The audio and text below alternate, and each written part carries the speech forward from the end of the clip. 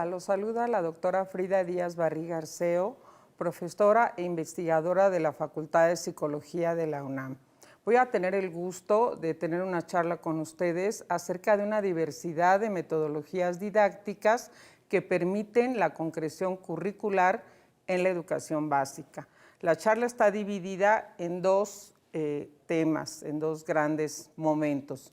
Por un lado, me gustaría charlar con ustedes lo que implican los procesos de concreción curricular y cuáles son aquellas metodologías que permiten realmente un trabajo colaborativo, participativo, centrado en la comunidad y en los propios estudiantes. Y en un segundo momento, lo que les quiero compartir es una diversidad de ejemplos, particularmente algunas de las estrategias didácticas que alrededor del trabajo de investigación que hemos desarrollado en conjunto con varios colegas, nos han permitido darnos cuenta que son estrategias muy efectivas para lograr esa concreción curricular.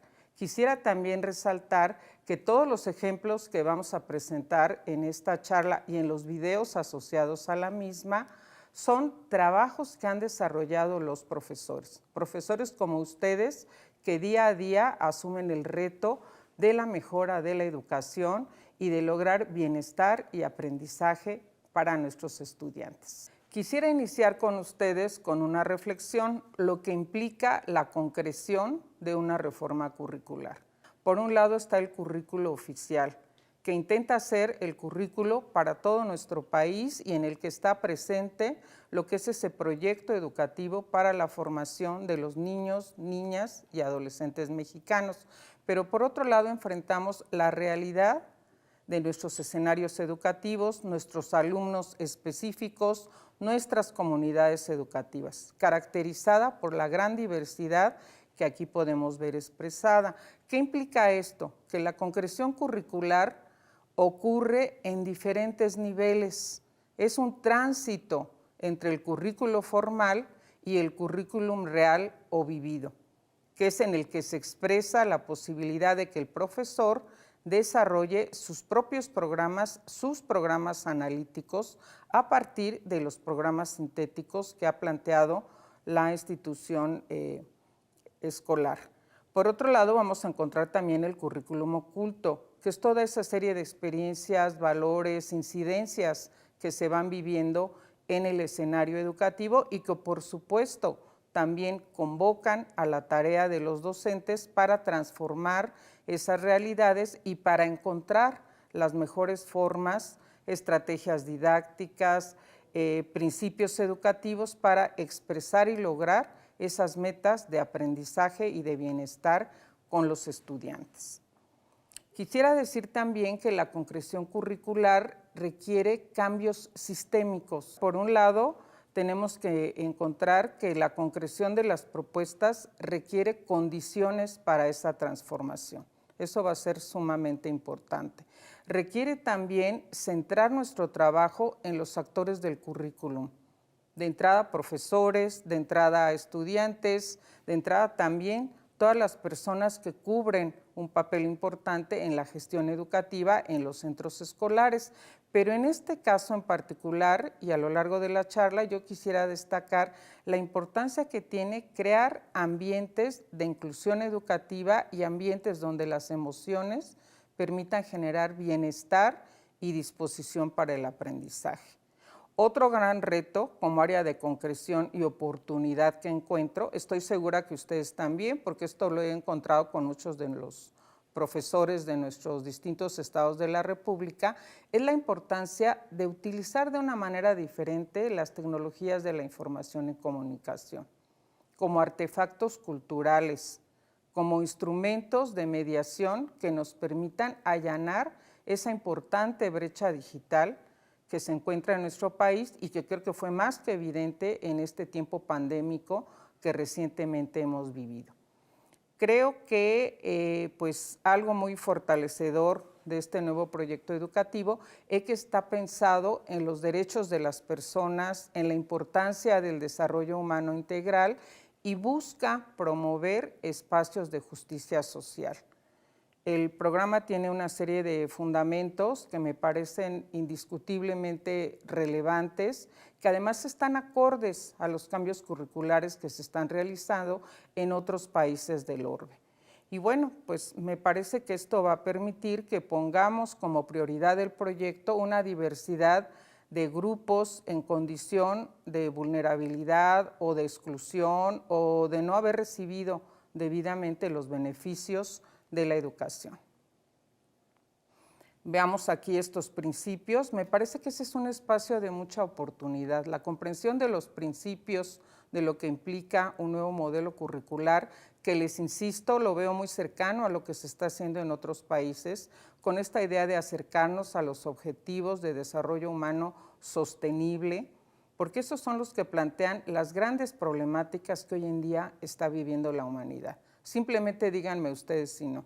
El respeto por la naturaleza, el cuidado del medio ambiente, la importancia de la promoción de una cultura de la paz, no solo es erradicar la violencia, el malestar, el bullying en la escuela, eso es sumamente importante, pero alrededor de eso, ¿por qué no promovemos esa formación que oriente a nuestros estudiantes a esa cultura de la paz? La promoción de la interculturalidad, el respeto a la dignidad humana, la importancia de la responsabilidad ciudadana, el recuperar el valor que tiene la identidad de todo mexicano y por supuesto esos principios de identidad, probidad, una mirada ética de nuestra participación en el mundo. Me parece que son principios fundamentales y ahí es donde podemos crear muchos escenarios educativos sumamente interesantes, enriquecedores, lúdicos y motivantes para nuestros estudiantes. Aquí quisiera que ustedes vieran esta secuencia que va a aparecer de una serie de imágenes donde nos damos cuenta que la importancia debemos ponerla en nuestros estudiantes y en sus comunidades educativas. Vean ustedes sobre todo estos escenarios donde se ve a los jóvenes muy contentos, muy dispuestos al aprendizaje, trabajando colaborativamente, en una diversidad de posibilidades para aprender. En las aulas, fuera de las aulas, realizando proyectos, colaborando en la construcción de un huerto escolar, en espacios donde se nota la inclusión educativa. Creo que esos son los escenarios a los que estamos invitando en esta charla a los profesores. Es innegable que estamos en una nueva normalidad educativa. Considero que no podemos estar en la nostalgia de regresar a lo que antes hacíamos en los centros escolares después del evento pandémico que hemos vivido. Eso nos tiene que llevar a pensar en transformaciones muy importantes para la educación. Por un lado, tenemos que comprender que estamos en una nueva ecología del aprendizaje, como dice César Coll, y en una nueva ecología de la comunicación, como plantea Scolari. Eso ha transformado la sociedad y eso tiene que transformar también el escenario educativo. Tenemos realmente que centrar en el aprendiente las experiencias educativas. Claro, el contenido es muy importante, las disciplinas académicas también, la ciencia también, pero ¿qué ciencia, qué aprendizaje, qué contenidos al servicio del bienestar, del desarrollo humano y de la sostenibilidad? Por eso es que considero que la enseñanza situada, los enfoques experienciales, las metodologías comunitarias son esos recursos indispensables para que los profesores puedan lograr la concreción curricular de principios como los que hemos mencionado. Nuestros escenarios educativos se caracterizan por la falta de justicia social. No son escenarios suficientemente inclusivos. Tenemos que repensar de qué manera vamos a generar educación para la inclusión de todas y todos los estudiantes, sin distinción de género, sin distinción de origen étnico, sin distinción de religión, sin distinción de su preferencia sexual, tengan o no tengan discapacidades, aunque fíjense que pienso que todos tenemos discapacidades, ¿no creen? Al menos la estadística dice que el 70% de las personas, ustedes y yo, y cualquier persona en la que ustedes piensen, en algún momento vamos a vivir una discapacidad, sea permanente o sea pues transitoria.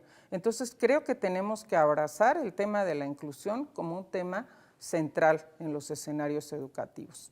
Otro gran aspecto a trabajar, que creo que también no tenemos suficientemente tematizado, por algo será que en los datos duros de la pandemia nos damos cuenta que las mujeres quedaron más rezagadas que nadie más durante este evento, que cuando se ven los datos de quién abandonó la escuela o quién se rezagó o quién tuvo que quedarse en casa a cuidar a los familiares enfermos o la realidad misma de nuestras profesoras, hay todo un tema de género a atender. Entonces, el tema de la transversalización curricular del género creo que también es un tema que tenemos que reflexionar y, por supuesto, pues eso que llamamos interculturalidad. ¿Qué entendemos por interculturalidad? A veces me temo que la interculturalidad la vemos como algo más de folclore que de una verdadera posibilidad de cambiar nuestra mentalidad y tener un pensamiento, una práctica y una convivencia realmente entre todos los grupos sociales, étnicos que conformamos este país tan diverso con tanta riqueza cultural. Vamos a ver un poco esto que tiene que ver con los métodos comunitarios. Yo quisiera comentarles que en particular considero que hay 3 enfoques que son muy importantes. Desde mi punto de vista deberían estar presentes en la formación de los estudiantes de magisterio, desde que están los alumnos formándose en las escuelas normales o bien en esas experiencias educativas para la formación del profesor en servicio.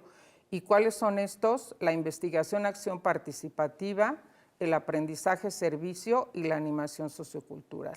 Pero sí quisiera acotar 2 conceptos importantes que se desprenden de las metodologías comunitarias, que son por un lado el concepto de leer el mundo, de ese gran educador latinoamericano que es Paulo Freire, y el concepto del sentipensar o el sentipensante, de otro gran autor latinoamericano que es el colombiano Orlando Falsborda. Realmente ahí encontramos las bases de la educación comunitaria, de la educación popular y de la posibilidad de hacer un trabajo que nos permite acercarnos a la comunidad, tanto para conocerla como para generar acciones que conduzcan al cambio y a la transformación en beneficio de todos. Esta idea de leer el mundo, que ustedes van a profundizar todavía más en los videos que les comento, se van a asociar a esta conferencia, me parece crucial, porque eso es lo que tenemos que enseñar a nuestros estudiantes, a leer el mundo, a comprender su realidad, a entender la problemática que los circunda, a encontrar esas áreas en las que tienen que incidir y hacer algún tipo de cambio. De hecho, el propio Paulo Freire decía, aquí viene la cita, la experiencia de leer empieza con la lectura del mundo, antes de pasar a la lectura de la palabra. Y ahí están todas las ideas de este maravilloso educador acerca de lo que implica el pensamiento crítico. Y bueno, me voy ahora con don Orlando Falsborda. Él es reconocido como el fundador, se le dice así, de las ciencias sociales o de la sociología latinoamericana. Sé que hoy en día hablamos mucho de la educación emocional, sé que hay todo un debate acerca de cómo integrar el pensamiento, el conocimiento científico con las emociones, pero fíjense que ya hace varias décadas este concepto lo había trabajado el doctor Falsborda en sus trabajos acerca de la investigación acción participativa en comunidad. Él ya hablaba del concepto sentipensante, esa integración, esa más bien imposibilidad de disociar el pensamiento de la emoción. Eso es lo que implica sentipensar y también lo vamos a recuperar con más profundidad y con más ideas. Algunos ejemplos que les voy a poner más adelante les permitirán a ustedes ver por qué es tan importante leer el mundo y tan importante el concepto de sentipensar.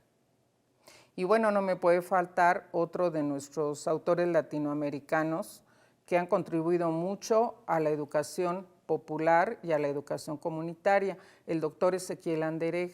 Él tiene además una colección maravillosa de libros, yo aquí me he permitido recomendarles 3 de ellos. Él es un autor que ha dedicado su trabajo pues, a la educación en la comunidad. Tiene espléndidos trabajos acerca de la animación sociocultural, que también les voy a enseñar algunas estrategias de animación sociocultural que lo que nos van a permitir es vincular la educación formal con la educación no formal. Esas son las mejores estrategias que podemos vincular hoy en día que estamos viviendo esa nueva ecología del aprendizaje que antes mencionaba. Vamos a ver también que él ha escrito acerca del trabajo en equipo, porque todos decimos que estamos trabajando en equipo y en realidad las bases a fondo de lo que implica trabajar en equipo muchas veces no las conocemos. Eso implica formas de relación, de interacción, valores, compromisos, gestión de procesos que es muy importante reconocer. Y bueno, precisamente el link que les voy a compartir es de este texto, El trabajo en equipo, del doctor Anderegg, que afortunadamente me encontré en una versión en PDF y está de acceso libre para todos ustedes. Les quiero recomendar también 2 videos. Fíjense que aquí cuando digo les quiero recomendar estos libros, estos videos, miren, aquí están estas lecturas, ¿saben a qué concepto me estoy refiriendo? A un concepto que me gusta mucho de la doctora Ángeles Oletic, que es el concepto de la ecología de medios y tecnologías al servicio del aprendizaje. Todos los profesores deberíamos tener nuestra cajita de herramientas con esa ecología de medios y tecnologías. Indispensables nuestros libros de texto. Yo amo los libros y no lo dejaré de hacer, los físicos y los virtuales. Pero piensen también que hoy en día el compromiso de educar nos hace pensar en que tenemos que disponer de buenos materiales multimedia, conocer espacios educativos de calidad, que los hay y muchos en los escenarios virtuales. Tenemos que disponer, también hay una serie de materiales educativos que se encuentran completamente a disposición, abierta, libre, gratuita, para los profesores. Y aquí me permito recomendarles la serie Interferencias del Canal 22, un canal cultural que hace material de mucha calidad, y les recomiendo de esa serie 2 videos. Uno se llama Orlando Falsborda, La verdad sentipensante, y el otro se llama Paulo Freire, La pedagogía del diálogo. Y bueno, ahora sí, vamos a la segunda parte. Les quiero comentar una diversidad de estrategias didácticas. Siento que ese es un campo con mucha riqueza. A mí me gusta mucho porque me parece que es una especie de, ¿qué les diré?, vaso comunicante entre ese currículum formal y las posibilidades de darle concreción en el aula.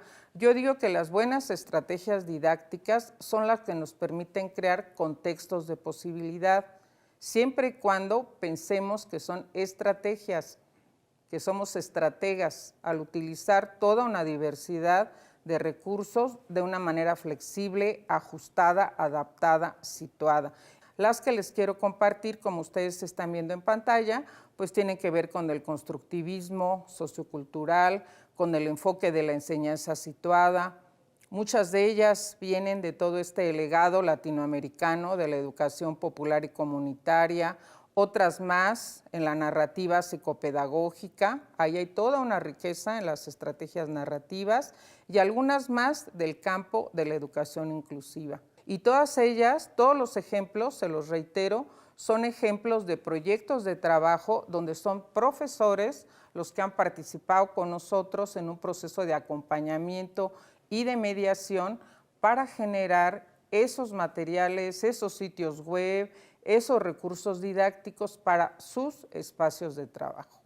Aquí simplemente en esta imagen pues menciono algunas de ellas, seguramente hay muchas más. Este es solo un ejemplo de lo que considero que nos permite lograr una concreción curricular interesante a través de lograr participación en la comunidad, de desarrollar pensamiento crítico, de acercarnos a leer el mundo, de acercarnos a experiencias sentipensantes y a conocimiento llevado hacia la práctica. Los casos de enseñanza, los relatos digitales, los portafolios de aprendizaje, el aprendizaje visual y multimedia, el aprendizaje por proyectos. Hoy en día hay algunas novedades, como los proyectos STEAM, que nos quieren acercar a la interdisciplina, nos quieren fortalecer esas competencias digitales que tanta falta nos hacen y tienen también la posibilidad de pensar en la transversalización curricular. Varios de estos proyectos enfatizan mucho algo que ya he mencionado, la posibilidad de hacer transversalización curricular de género. Otras metodologías se centran en el aprendizaje basado en problemas, el aprendizaje basado en el juego, lo que ya he comentado de la animación sociocultural, en comunidades, en redes sociales. Ese espacio de las redes sociales, por favor, estimados profesores, no lo dejen a un lado. Es un espacio que puede ser sumamente creativo para generar proyectos educativos y ahí ustedes van a conectar mucho con esas necesidades e intereses de los niños, niñas y jóvenes hoy en día. Me gustaría primero hablar de los proyectos STEAM. Vamos a ver un video, es un video muy corto, donde quiero que más bien ustedes lo visualicen, el tipo de proyectos que se pueden realizar, cómo se vincula la educación formal con la educación no formal, cómo aparece el tema de las tecnologías y cómo pueden ser incluso proyectos de tipo intergeneracional.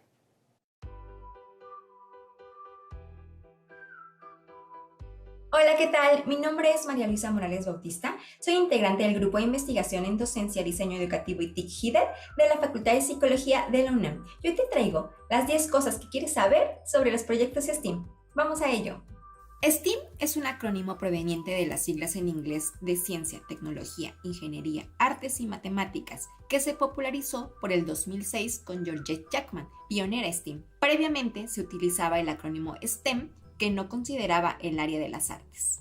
STEAM se sustenta en el aprendizaje basado en proyectos, metodología que no es nueva. Tiene sus orígenes en los trabajos del educador William Hare Kilpatrick en la segunda década del siglo XX y quien fue colaborador de John Dewey. El aprendizaje basado en proyectos es un método de enseñanza-aprendizaje a través del cual el alumnado adquiere conocimientos trabajando activamente en un tema que le resulta de interés y que está relacionado directamente con el mundo real.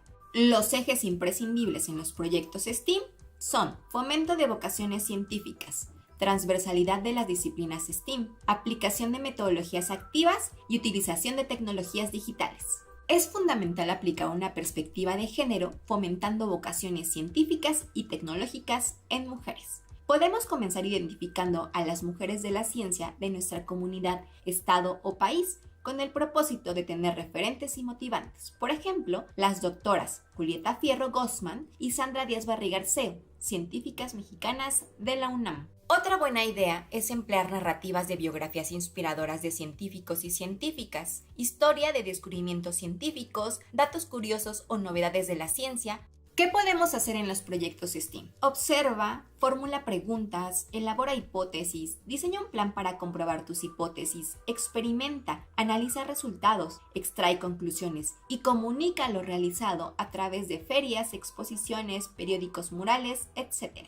Plantea y desarrolla proyectos. Diseña, fabrica y evalúa diferentes prototipos o modelos para generar o utilizar productos que den solución a una necesidad o problema de forma creativa y en equipo, por ejemplo, en temas de inclusión o sostenibilidad. Genera tus propios robots. Implica la robótica educativa en el aula. Puedes realizar desde una carrera de arañas con cartulinas, popotes, cinchos de plástico y plumones para decorar, hasta arañas con cartón y una pila, que te posibilitará involucrar una diversidad de temas. También puedes llevar a tu aula la realidad aumentada, con aplicaciones como Quiver, que te permitirán animar en 3D tus creaciones. ¿Por qué implicar STEAM? El estudiantado trabaja en equipo y aprende a tomar decisiones conjuntas, aumenta la capacidad para la resolución de problemas de manera creativa, impulsa habilidades comunicativas, se aprende a través de la experimentación, se dispara la imaginación y las ganas de crear. ¡Bonus! ¿Sabías que México tiene un récord Guinness en robótica pedagógica logrado por el doctor Enrique Ruiz Velasco de la UNAM, gran impulsor de los proyectos STEAM? En 2014, el doctor Ruiz Velasco logró el récord Guinness al encabezar la construcción de inicio de 280 robots en Puebla, que serían controlados desde Ciudad de México. La actividad fue concretada por niños y niñas que superaron la meta al llegar a los 1,863 robots. Hay variedad de cursos y materiales físicos y en la red, en donde podemos aprender mucho más del tema. Les compartimos una caja de herramientas didácticas STEAM que está accesible en el QR que aparece al final del video. Contiene manuales de actividades, videos, sitios web y más. Y los invitamos a adentrarse al mundo STEAM.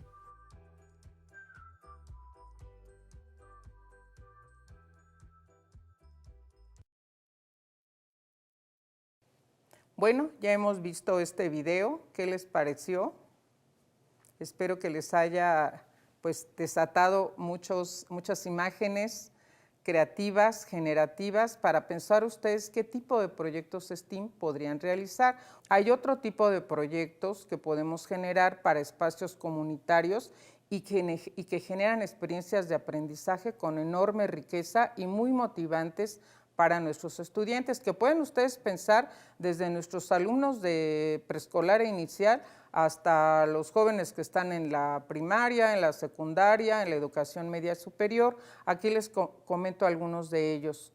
No sé si alguna vez han pensado en armar, ya sea en su centro educativo, en su escuela, una ludoteca con una sala de lectura, con experiencia de cuentacuentos. Es un proyecto maravilloso. También otra opción que les sugiero mucho, los museos.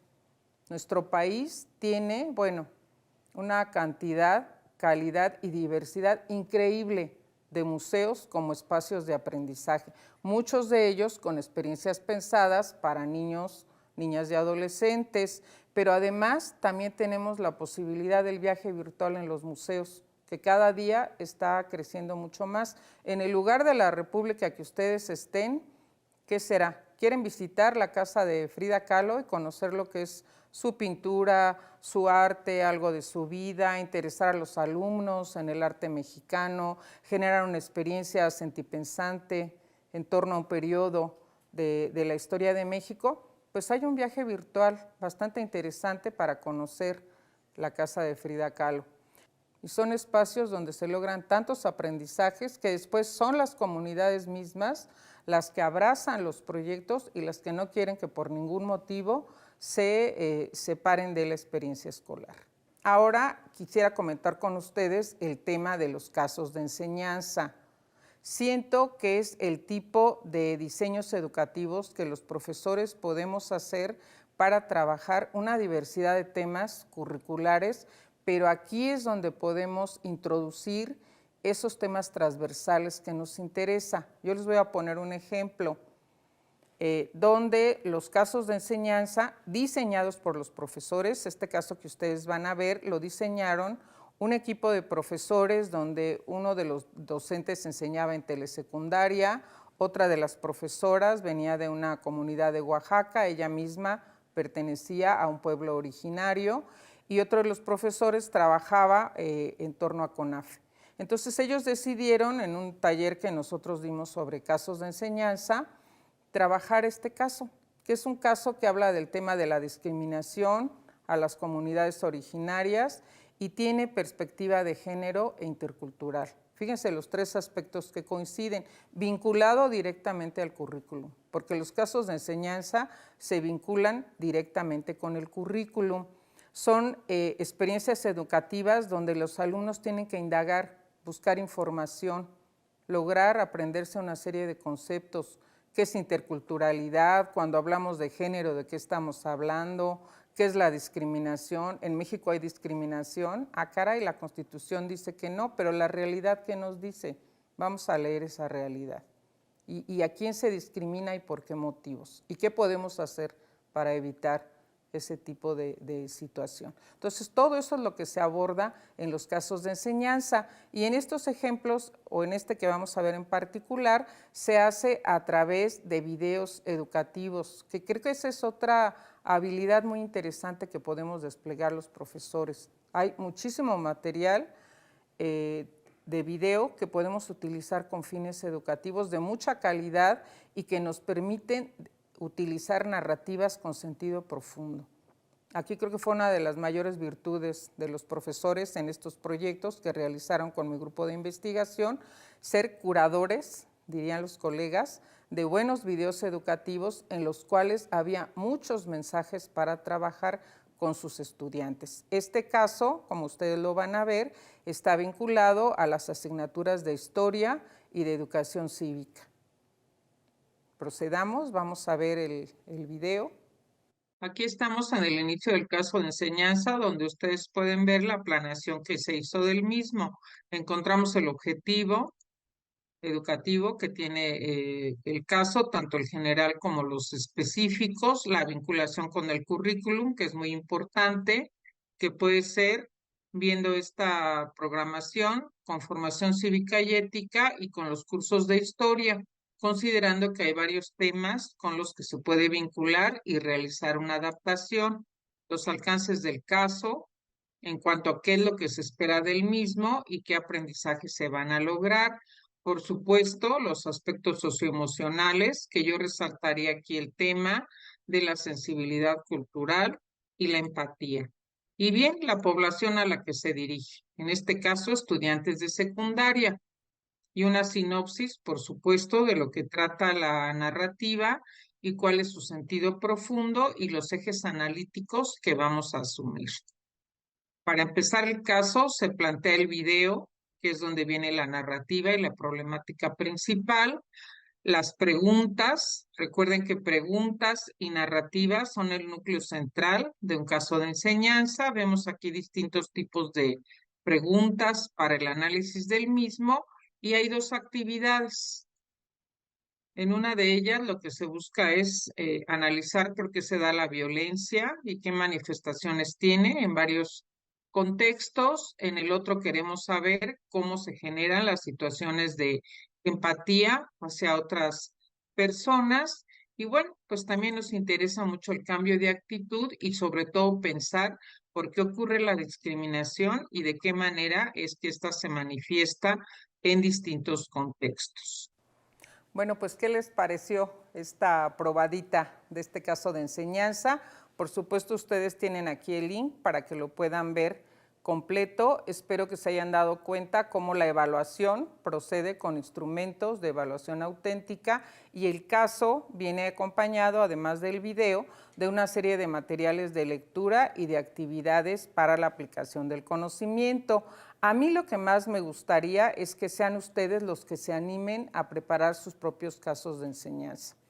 Yo les quiero compartir con muchísimo gusto, lo pueden descargar gratuitamente del acervo de la UNAM, este pequeño libro que hemos preparado con el pedagogo Abraham Heredia, una servidora, sobre casos de enseñanza. Ahí ustedes encontrarán la metodología para hacer casos como el que hemos visto y van a encontrar muchos ejemplos, tiene códigos QR, tiene links, tiene una serie de videos educativos que espero que les ayuden a apropiarse de esta metodología. Les dejo aquí el link, lo pueden descargar del repositorio de acceso abierto de la UNAM y es completamente gratuito. Vamos a encontrar, como ya les había dicho, un video adicional asociado a esta charla donde ustedes van a poder aprender a diseñar o van a profundizar más en lo que aquí ha sido esta pequeña capsulita sobre la posibilidad de crear casos de enseñanza. Otro ejemplo que quisiera compartirles, porque durante la pandemia encontramos que esta estrategia que se deriva de la investigación, acción participativa y de la etnografía fue una estrategia de mucho valor para las comunidades educativas. ¿Por qué? Porque le enfocamos mucho a conocer a las comunidades, a ver qué estaba pasando en pandemia, a poder hacer, a veces no me gusta la palabra diagnóstico porque suena como algo muy médico. Pónganle ustedes conocer el estado de la situación en una comunidad, qué están viviendo, qué está pasando, ellos qué cosas identifican que hay que transformar y cómo tomamos decisiones para podernos en acción los participantes de la comunidad y nosotros mismos transformar esas realidades. Entonces, eso permitió en una serie también de cursos que tuvimos con profesores durante la pandemia que ellos entraran a sus comunidades, ya sea ellos mismos expresando con su voz lo que estaban viviendo los profesores, pero también teniendo la oportunidad de escuchar la voz de sus estudiantes. Y aquí les haría una pregunta, ¿qué tanto los profesores escuchamos la voz de nuestros estudiantes? Pues aquí les dejo un link, hubo un proyecto que a mí, bueno, realmente me gustó muchísimo, sentí que yo fui la que aprendí mucho en esa experiencia en un proyecto Fotovoz que hicimos en la Escuela Normal de Ayotzinapa. Ahí nos convocaron a darles un taller sobre esta metodología y el resultado fue la fotovoz de la comunidad. Profesores de alumnos de Ayotzinapa nos hablan de su escuela normal, de su historia, de su modelo educativo, de su identidad como profesores de escuelas rurales. Les invito a que lo conozcan. Van a encontrar precisamente otro de los videos que les menciono asociados a este proyecto, trabajando la estrategia de fotovoz, y solo también como una probadita para que ustedes vean cómo llevar la fotovoz a un escenario escolar, les pongo este ejemplo. Fue de los proyectos que les menciono con profesores durante pandemia. Este es un proyecto que me gustó muchísimo, de profesoras muy comprometidas con sus niños en el estado de Aguascalientes, en México. Y este es el proyecto Fotovoz que ellas decidieron hacer. Ellas querían escuchar a sus niños, cómo estaban viviendo el confinamiento, cómo estaban aprendiendo, quién les ayudaba, si los materiales de Aprende en Casa tenían o no tenían un sentido, una utilidad, si estaban comprendiendo los contenidos educativos a la distancia.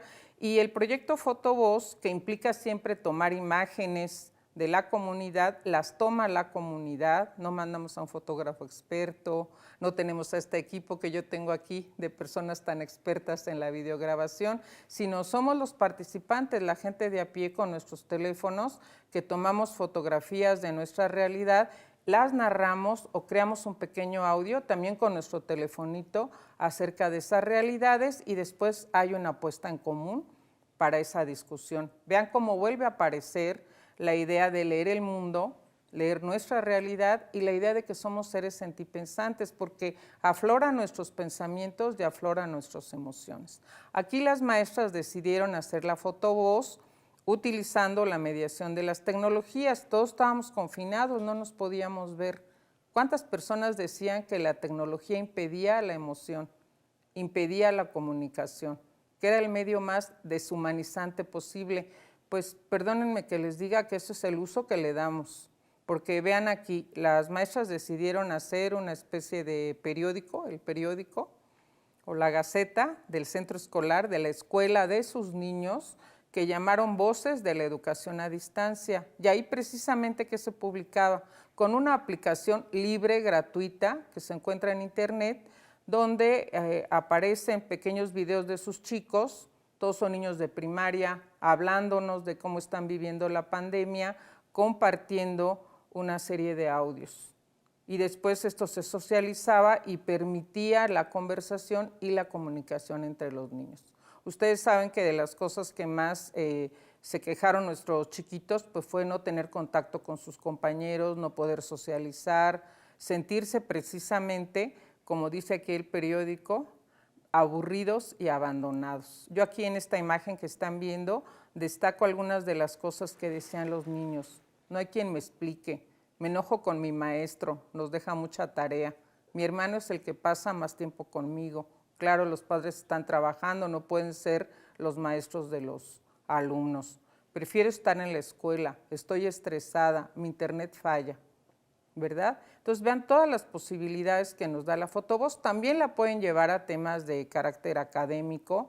Podrían tal vez hacer una fotovoz sobre cómo vemos el ambiente en mi comunidad escolar, qué problemas hay con el agua, con el cuidado de los parques, con la manera en que se tira la basura, y hacer a lo mejor un periódico o en otro formato la experiencia de fotovoz acerca de qué pasa con el cuidado del ambiente, ¿verdad? Entonces los temas ustedes se los dan, los niños y los jóvenes se los dan. Siento que todas las estrategias que les he presentado implican cambios importantes, por eso yo decía cambios sistémicos, cambios de mentalidades, cambios en nuestras prácticas educativas, crear otros contextos de posibilidad. Espero que llegado a este punto todos esos conceptos les hagan a ustedes sentido. Y bueno, voy cerrando mis comentarios. Otro tema central, que nada más lo voy a dejar esbozado, es el de la educación socioemocional. Espero que ustedes con la charla que hemos tenido puedan reflexionar en esa gran pregunta que se hacen los profesores, al menos a mí me la hacen mucho.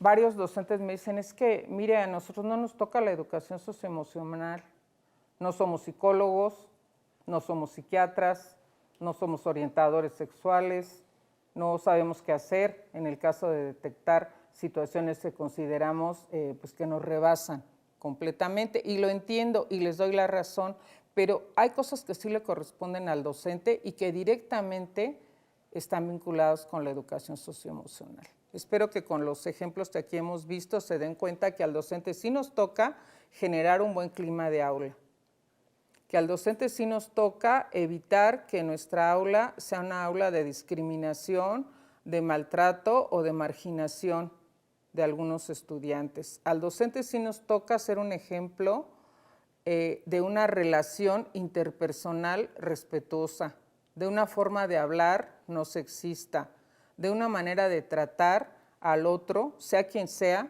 como persona. Eso sí nos toca a los profesores. Y sí nos toca entender que desde esa cualidad sentipensante de nuestros alumnos, las emociones siempre van a estar presentes. Y en nuestros proyectos educativos, en nuestros programas analíticos, el tema de lo emocional siempre va a aparecer.